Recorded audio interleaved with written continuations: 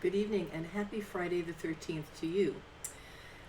Well, first of all, Friday the 13th, as you may know, is really only in recent time considered an unlucky day.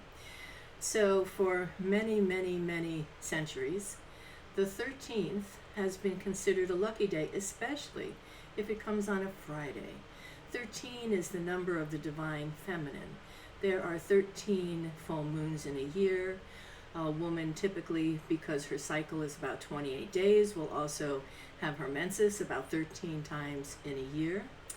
And it was the number 13 has also been associated with many, many other things. I'm not going to belabor the point here, just to say that Friday, which is also the goddess Freya, for the goddess Freya, and a number of other goddesses in history, that the number 13, particularly Friday the 13th, has been considered an auspicious day, a lucky day, a day when things that have been wrong go right, a day when love that has gone wrong goes right, a day for sensuality and taking risks and doing new things and enjoying life. So since I was very small, before I knew any of these things, always thought that Friday the 13th was my lucky day. And maybe it's just my somewhat contrarian nature, but I'd like to think it was a little more than that, maybe a little intuitive. Anyway, I wish you a very lovely Friday the 13th. And I'm going to talk a little bit today about UAPs. Also, that's the new term, if you don't know it, for UFOs, unidentified stuff in the sky. And there's going to be a series coming up of little chats that I'm going to do that will be about contact, like not just seeing things in the sky, but contact with beings from who knows where, other worlds, other dimensions. And so that series is going to be called The Visitors. It will be The Visitors in several different parts. But today I just want to invite you to think about any time you might have seen something odd in the sky, seen something that really maybe caught your attention, that you knew wasn't a plane, you didn't know what it was, and you maybe even know other people who saw it with you. And maybe you even saw something on the news afterwards that something was sighted in the air over the city you were in. So it is a very, very interesting and widespread phenomenon. And there are plenty of things coming to light where certain military persons are coming forward to say, oh yes, we recorded these. Oh yes, we have dodged these. Oh yes, there was something at the airport. Oh yes, there was something following the plane. And the good news about that is that even though for a very long time, pilots and soldiers and Navy personnel have seen and experienced things that are strange and unusual, high level of strangeness in many cases, they have not openly spoken about these things, except in the rare occasion when perhaps there was an old general on his deathbed who decided not to keep the secret anymore and came forward. So I'm just saying that in recent years, there's been more and more openness about seeing things, not knowing what those things are. And after all the possible scenarios of trying to prove what it is, things come up empty-handed, or the level of strangeness actually increases. So I'm just going to tell you a couple of examples of things that have happened to me and other people that I know. When I was, I want to say maybe 8 or 9 years old, I remember being on the roof at dusk with my grandfather. We spent a lot of time in Yonkers hanging out on the roof. It was a place to go. It was a safe place to be. We lived on the top floor. So, going down 5 flights of stairs to go out in the street anywhere after a certain point in the day just wasn't going to happen for my grandfather.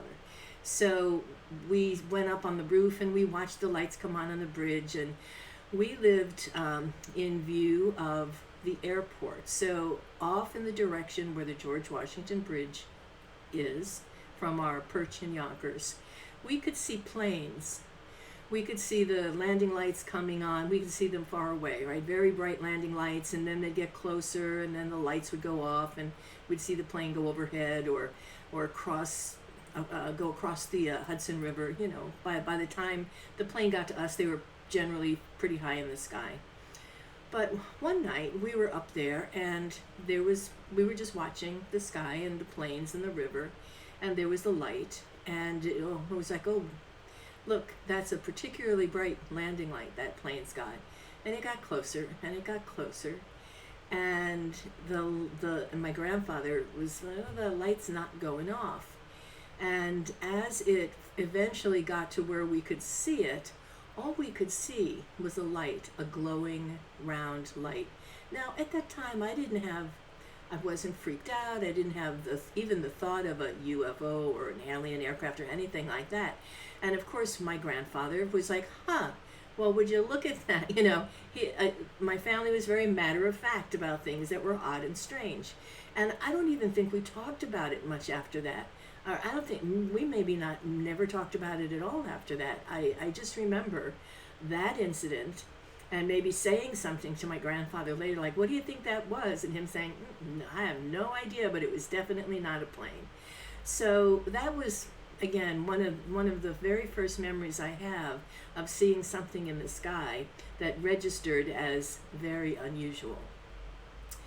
Many years later, I was in college, and we were at one point working on the showmobile, right? Basically a stage in a truck. And one night after the show, which might have been The Sound of Music, or it might have been, we did big shows on this little truck somehow. But one night after the show, as everybody was breaking down things and the show was almost completely packed up, a friend and I were lying in the grass, just looking up at the sky, waiting for everybody else to finish the last little bit of packing. And we were watching something. It was a very still summer night, and there were no clouds, and there were many stars, because we were essentially in a park, in a dark area. And there were many stars, and we were watching this little light, which, again, at first we thought, my friend said, I think that's a satellite. But as we watched it, kind of made this little movement like this, like a satellite might, but then it stopped and it went back the other way, and then it went up this way, and then it made a little movement again, and then it stopped, and then it went way over here. Well, we just laid in the grass and looked at that thing for about 15 minutes, and there was nothing to be said, nothing to be done, except, well, that's interesting, that's definitely not a plane. And it's definitely not a satellite, because that's not what they do. And then eventually it just shut off and disappeared. So that was another interesting, little UAP, UFO, whatever you want to call them these days. And then, again, years later, I was here in Ohio, and I was driving a friend home from work. I was working at the time as a sales trainer for a water treatment company called Rainsoft. And I was driving somebody home, and we took the long road. We didn't get on the highway. We took this straight shot back to the neighborhood that we both lived in. And there was an airport, a small airport. It's still there. There's a small airport that we drove fairly close to on our way home. And as we approached the airport, we saw what we had thought, for sure, it was nighttime, and we thought it was a little plane flying across, almost at first parallel to us. And we watched it, and it was summer, we had our windows down, there was no sound. And so the guy I was driving home said, like, that's really weird. I mean, you can't hear it, can you? And no, I can't hear a thing. And it had, we could see one red light and one green light. There were two lights, which we imagined at that point were on the wingtips. Except then it turned and it came across the road, came across us, in fact. It was late at night, there was not much traffic. And as it crossed us, we could see, again, still couldn't hear anything. But as it flew over the car, we could see that it was not a plane, it was a triangle. And it continued on past us, and over the trees, not, and it wasn't that high over the trees, and we assumed it looked as if it might be trying to come down, possibly to come down in the woods. And my friend said, let's go find it. What would it run? And I'm like, this is not an off-road vehicle. This is, I'm happy if it gets home and gets to work vehicle. So yeah, no, I'm not going to try to drive this thing into the woods to find that. But it was, again, another fascinating moment, an incident when, there's nothing to be said except, well, that was strange, right? So it doesn't matter to me whatsoever if something can be proven, if I can see it and hear it and feel it, or in this case, if I can not hear it, there's something out there, there's something going on, and it's perfectly okay if I don't know what it is.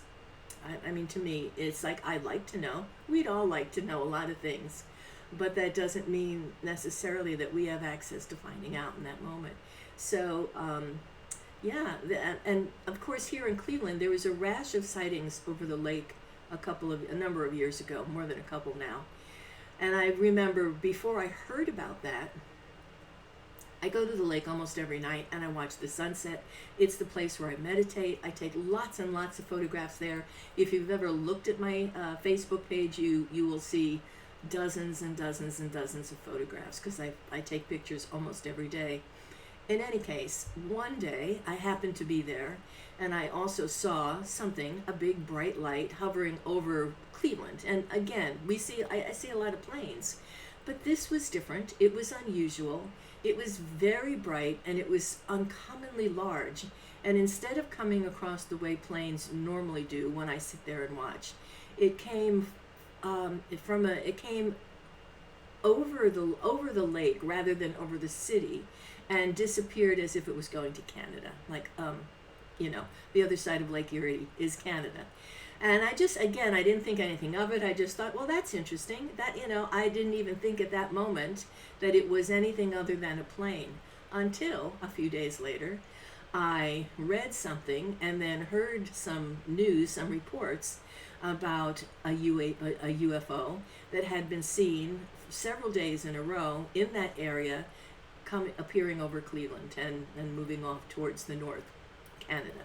So it's just fascinating how many of these things happen to a lot of us on a regular basis. And we don't think about it, we don't talk about it, we dismiss it, we write it off. And the thing about it is that when there is some sort of ability to notice something out of the ordinary and to lean into it even just a little bit, we can develop our awareness, we can sharpen our senses, we can tune our attention to those things that normally we would miss or dismiss or ignore. And there's, I think, a lot of value in learning to notice and be with that level of strangeness, because it brings us to a new awareness of the deeper levels of the world around us, the deeper levels of our own humanness, that there are things that we perhaps ignore that are not just part of our lives, but are important in the way that we exist in the world. And I'm just throwing that idea out there because I'm going to be doing this little further conversations about the visitors, which have a lot to do, I think, with our ability to evolve in consciousness, to embrace the unknown, and to communicate with beings that aren't like us, that don't function the way we do, and that doesn't make them any less real. Now, I don't know if you've ever read things about the visitors or, quote unquote aliens, or if you've read alien abduction information, which frankly it's not something that I read. But I did recently come across these two books that I thought were very, very well written, and they're essentially interviews of Native Americans and their experiences with otherworldly beings. Now, Native Americans have a very long history.